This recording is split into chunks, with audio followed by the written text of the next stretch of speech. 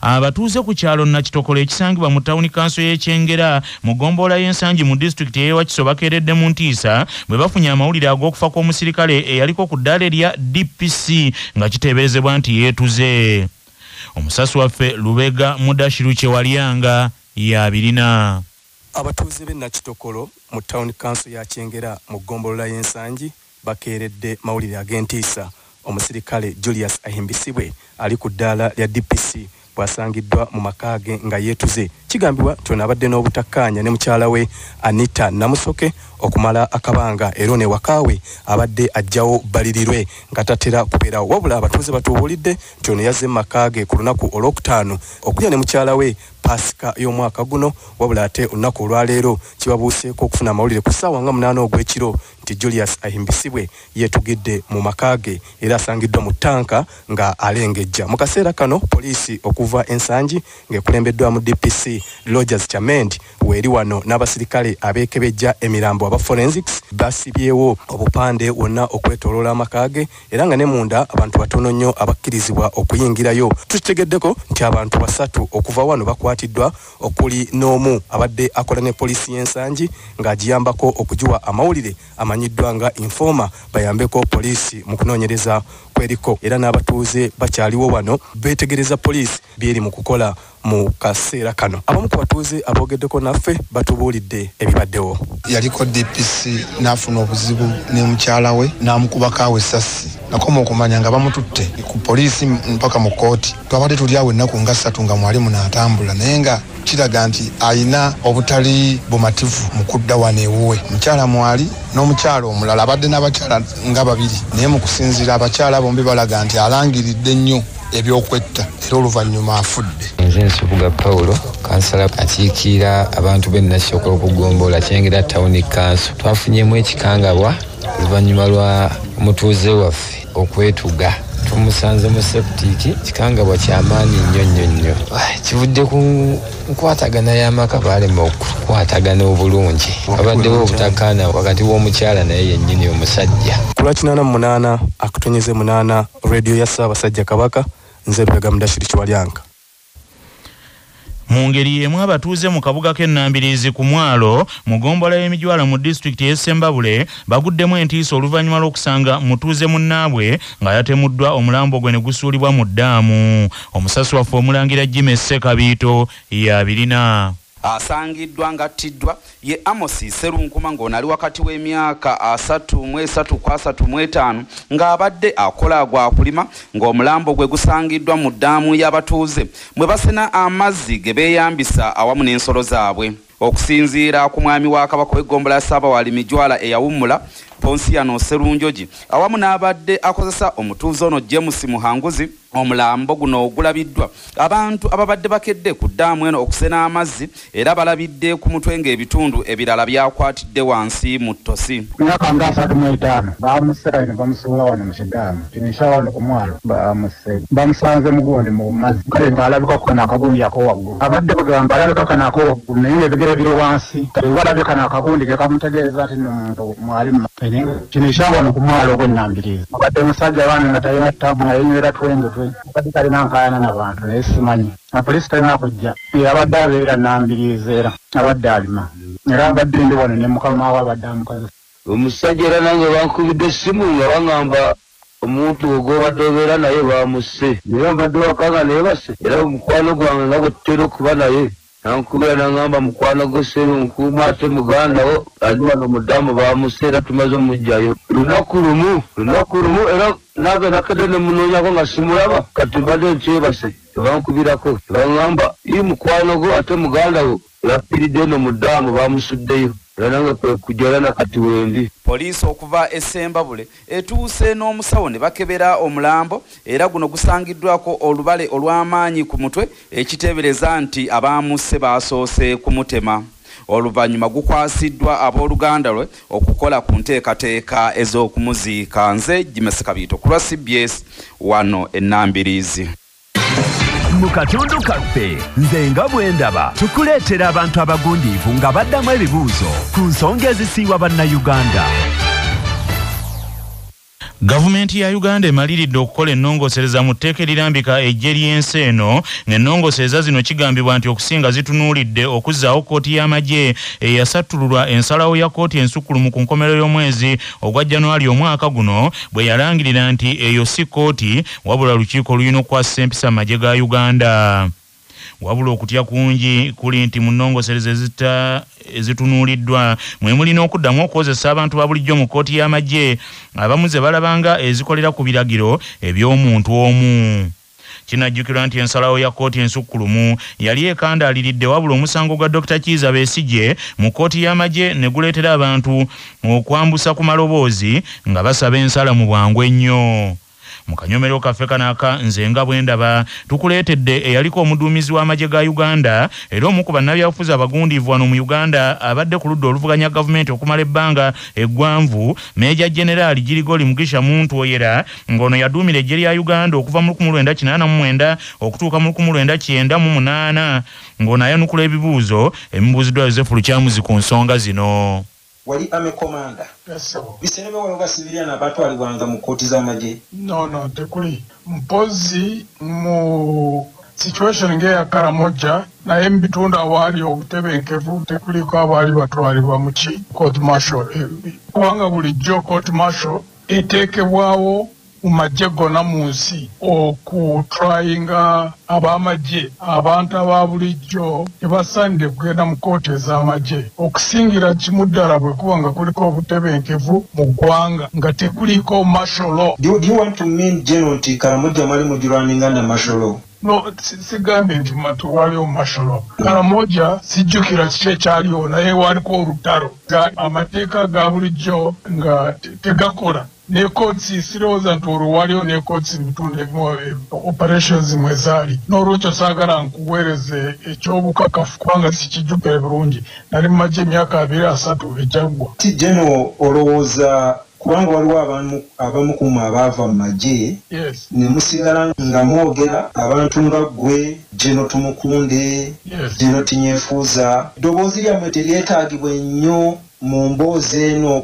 Buli ggwanga lyonna erimu obutebenkevu. Simanyi lwaki aba gavumenti ekintu ekyo bakiremeddeko kubanga bwe kuba nga ensi eri mu butebenkevu kooti eza bulijjo zisobola okusalira omusango omuntu owa bulijjo ne bw'abanga akwatiddwa ku misango egy'okuseketerera eggwanga oba egy'okozesa emmundu oba ebintu ebirala nga boona boono lyalwanira ery'Ekongo Jamiru Mukulu kati ali mu kooti eya bulijjo. Kati gavumenti bwe kuba nga kuliko abantu abategeera basaanidde okuteeka essente mu bitongole ebinoonyereza CID Intelligence Services bagamba bwe basanga omuntu owa bulijjo nga yeenyigidde mu bintu ebyokulwanyisa gavumenti oba okulwanyisa eggwanga okukozesa emmundu oba ebintu eby'obutujju ekikulu ky'oteeka kwesya kwe kufuna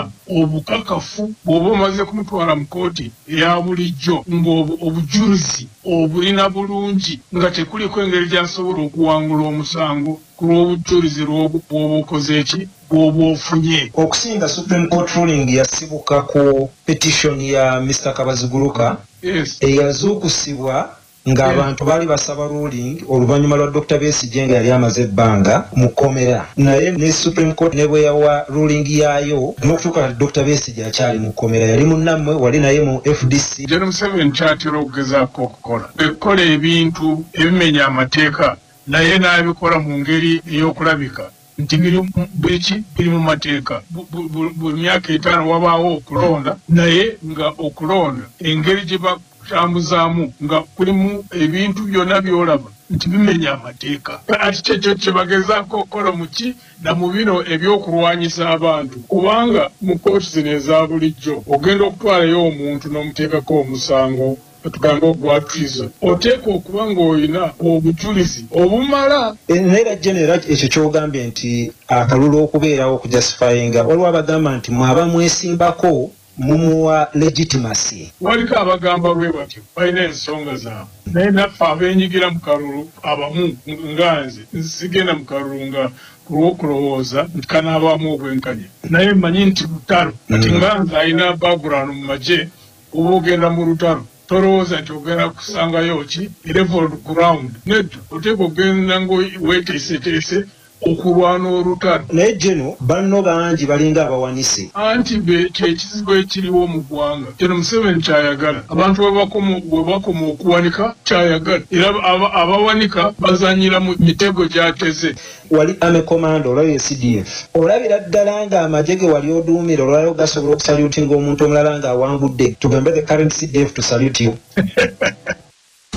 amawulire g'ebyemizannyo mu mawulire gaffe agacya basafama gakutuusibwako Sedika Real Estate abatunda n'okugula ettaka ku nguudo ez'enjawulo mu Uganda yonna basangibwa ku Galuleba Building ewakiso essimu noti 7 noti 2 339 377 nga bali wamu ne Light High School esseguku Katale abeegulidde erinnya mu kuyisiza waggulu abaana mu arts ne sciences lyadde ne boarding ery'abawala n'abalenzi saako pikipiki Honda 2025 ne 1010 SC nkola ya mu Japan empya ttuku ogifuna ku kibanja mpola erugogo opposite ne DHL oba mu Ndeeba opposite Equity Bank.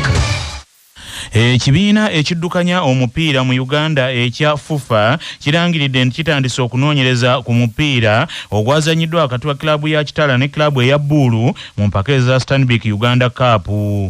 Omupiira guno gwazanyiddwa olunaku lw'eggulo mu kisaawe ekya Butema Royal Park Hoima era Kitala yakubye Bulu goal emu ku bwerere yatebeddwa Arthur Kigundu bwetyo Kitala ne yeesogga semi-final ey'empaka zino. Wabula omupiira guno gwabaddemu embeera ey'obunkenke ddala era gwagenze okuggwa nga bazannyi basatu bafunye kaadi emmyufu nga mu ddakiika ya 30 omuzannyi wa Bulu Jeron Kirya yasindise Patrick Kaddu owa Kitala okutuuka ku ttaka era n'agobwa mu kisaawe. Mu kiseera mpawe kyaga omuwutanyi owa Kitala Titus Sematimba yayambalidde Nicholas Mwero wa Bulu era naye n'agobwa mu kisaawe. Obudde nga buggwayo omuzibizi wa Bulu Nicholas Mwere naye yagobeddwa mu kisaawe olw'okufuna kaadi eya kyenvu ey'okubiri ng'amateeka bwe gagamba.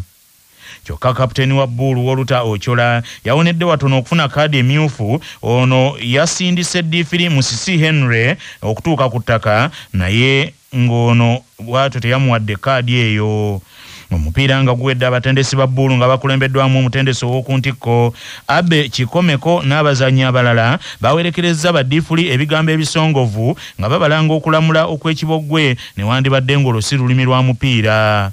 Kaakano olw'embeera eno FUFA ekinogaanyizza tegenda kubonereza abo bonna abanaasangibwa nga be baavuddeko obuzibu buno. Empaka za Stanbic Uganda Cup zigenda kuddamu okuzanyibwa olwaleero n'omupiira gumu nga Vipers egenda kwambalagana ne Village Ogosalongo mu kisaawe Kitende ku ssaawa emu ey'akawungeezi. Mu katundu kuno kwe kwaffe n'ennono ezaffe eza wano. Omutaka Mugema okufaananako n'abataka abalala abakulu ab'ennono ddala lwabula lwennyini lwe bassaako omusika nga amaze okubikka akabugo kaabenga Mugema omubuze tannaba kukwekebwa mu kibira kubanga Obuganda tebubeereraawo nga tebulina Mugema mulamu. Mugema alina engoma bbiri ng'emu eyitibwa Ssenyenkutu Okyennyama ng'eno y'engoma ya Mugema evuga bulijjo era gy'atabaaza mu lutabaalo nga yagireekeza okusoomooza munywanyi we omutaka wa Lusimbi ow'Effumbe.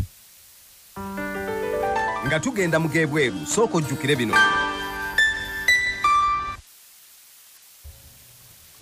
Olwaleero ennaku z'omwezi ziri 21 omwezi ogwokuna ogwakafuumula mpawu omwaka ogw'2025.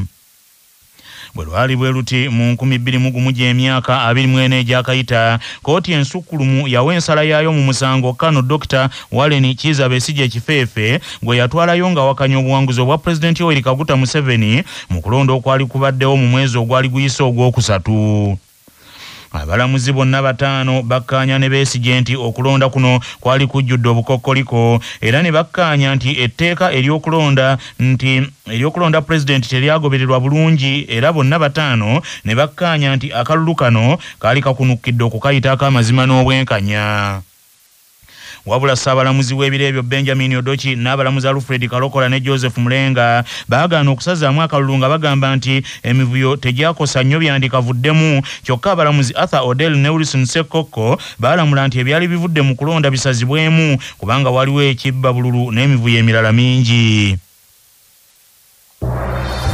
amawulire okuva ebweru w'eggwanga gakutuusibwako Mchad Industries abakukolera Mchad Black Tea amajani kawoomera ne Mchad Mchuzi Mix akanzaali akazito yenva bisange mu maduuka gonna essimu noti 75 noti 668 481.